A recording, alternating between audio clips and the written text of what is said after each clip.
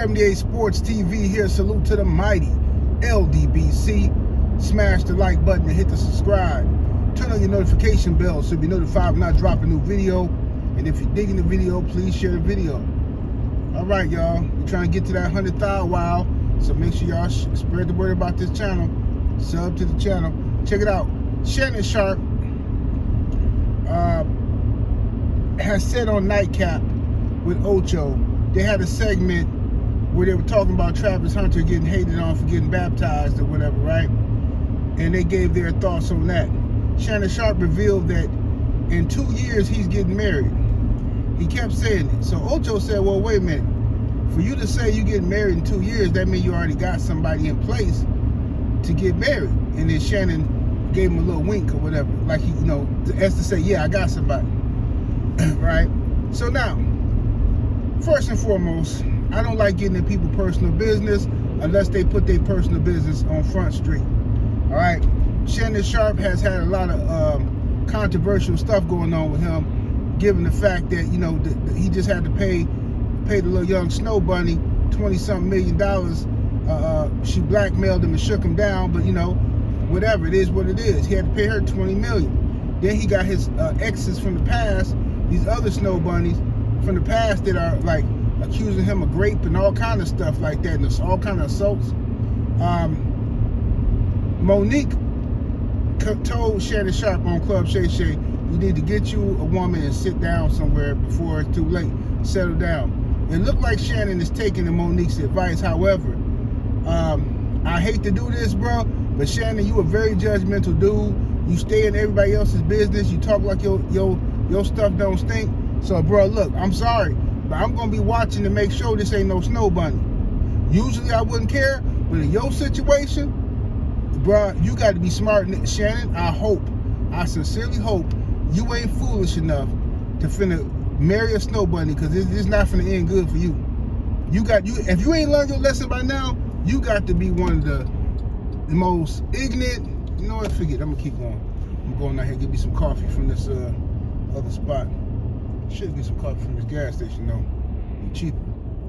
Shannon, if you ain't learned your lesson yet about these snow bunnies, then basically you gonna get what you deserve. And I'm not crying for you. I'm not defending you. I'm not coming to your aid. If you are foolish enough to share your wealth and put a ring on the snow bunny, all right, after everything you've been through, and you still haven't learned, you have some deep-seated self-hate issues, bro. See, growing up in the South, on that farm, raised by your grandparents, you know what I'm saying? I understand the forbidden fruit syndrome. You was always told, stay away from that. Stay away from that girl. Don't be looking at that girl. Put your head down when that girl come around. Don't get caught looking at that girl. Then you go to college and they all over you, boy. It's like, oh man, I never got to eat chocolate before. You ever met them kids that never got a chance to watch TV or eat chocolate? Their parents are extremely strict. As soon as they get away from their parents, they act a plum fool. I grew up with a couple of people like that.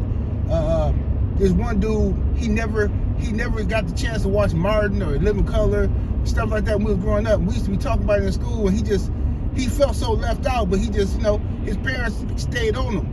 And he had to read books and stuff like that, you know what I'm saying? And I remember when his parents split up, you know what I'm saying, his father left the household, his mother was more relaxed with him and stuff like that. So when his father left the household, it was devastating for him, of course, but his mom was more relaxed. His mom started letting his mom wanted to be liked. His mom wanted him to choose me over your dad type stuff. So she started letting him have all kind of junk food and watch all the shows we was watching. Listen, I remember he went and bought the Doggy Style album, the Snoop Doggy Style album, right? And he was all happy, right? And then I want to say about maybe 2 or 3 years later, 2 or 3 years later, man, that kid just wilded out, man. It was acting a fool. And I know a lot of it had to do with his father not being there, him missing his dad and all that kind of stuff too. So some of that is not just on the, but the point I'm making is, when you hold people, when you make something forbidden, when they get a chance to get it, sometimes they act a plumb fool unless you educate them on why you need to stay away from said thing. Shannon, I believe, has some self-hate issues. Shannon, like a lot of brothers, probably being a dark-skinned brother, probably, and this is one thing that irritates me about our community. Black folks always trying to act like this stuff don't happen, or you try to minimize other people's trauma and act like, oh, so what? No, it ain't no so what. Everybody deals with trauma differently, you understand? T.O. and all them guys, a lot of dark-skinned brothers, even though they was athletic and all that kind of stuff, a lot of times they got roasted just for being dark-skinned by black people. Other black people roasted them just for being dark-skinned. Now, if you was one of the people roasting somebody, of course you don't think it was traumatizing. Of course not. But what it does is it makes people start to hate them, their own complexion. It makes people start sneaking into the medicine cabinet looking for the black and white soap or stuff like that to bleach their skin. I've heard this from so many brothers and sisters growing up on how they try to bleach their skin. And that's serious trauma. And until the black community really deals with that type of trauma and deal with our own self-hate issues, this stuff is going to get passed down to generation to generation. So you can call people sellouts all you want to, but at the end of the day, y'all are doing that because you refuse to raise your children to be black and proud. You refuse to spank your children, to teach them that ain't nothing funny or cool about disrespecting somebody else's complexion, all that colorism and oh, yeah, good hair, bad hair, all that nonsense that we keep in our communities that passed down from slavery. Until we, as a community, get right, it's gonna happen. So, but anyway, stuff like that probably happened to Shannon. I'm willing to bet. And you know what happened? The Snow Bunny said, "Oh, you're so handsome. Oh, ooh, ooh." Right? So it's already a forbidden fruit. And now the Snow Bunny telling him how fine he is. So she's stroking his ego. He got a thing for Snow Bunnies now. See? That's what happens. And I know plenty of people it happened to. Y'all can get mad all you want to. Nah, man, y'all shut up, bro. Y'all the same ones sitting there in middle school roasting somebody for an hour about how dark they is. And then when them same ones grow up to be jigs and have self-hate issues, then y'all want to call them some sellouts. Well, are they the sellouts or are you the sellout? Because you helped to make them. You helped to make them. Just like all you fools running around here talking about all these girls' thoughts and 304s, but you steady making single mothers. You steady smashing the gas on these chicks with no condoms. You know she ain't no good. You know she got 2-3 baby daddies, but you still smash without a condom. So now you baby daddy number 3 and 4, but you calling her a 304. So what did that make you? You dig? What did that make you? But anyway, Shannon, I'm gonna be watching you because, like I say, I don't like being in people's business, man. But for you, I'm gonna make an exception because you be talking too crazy, Shannon. You very judgmental about everybody else, brother.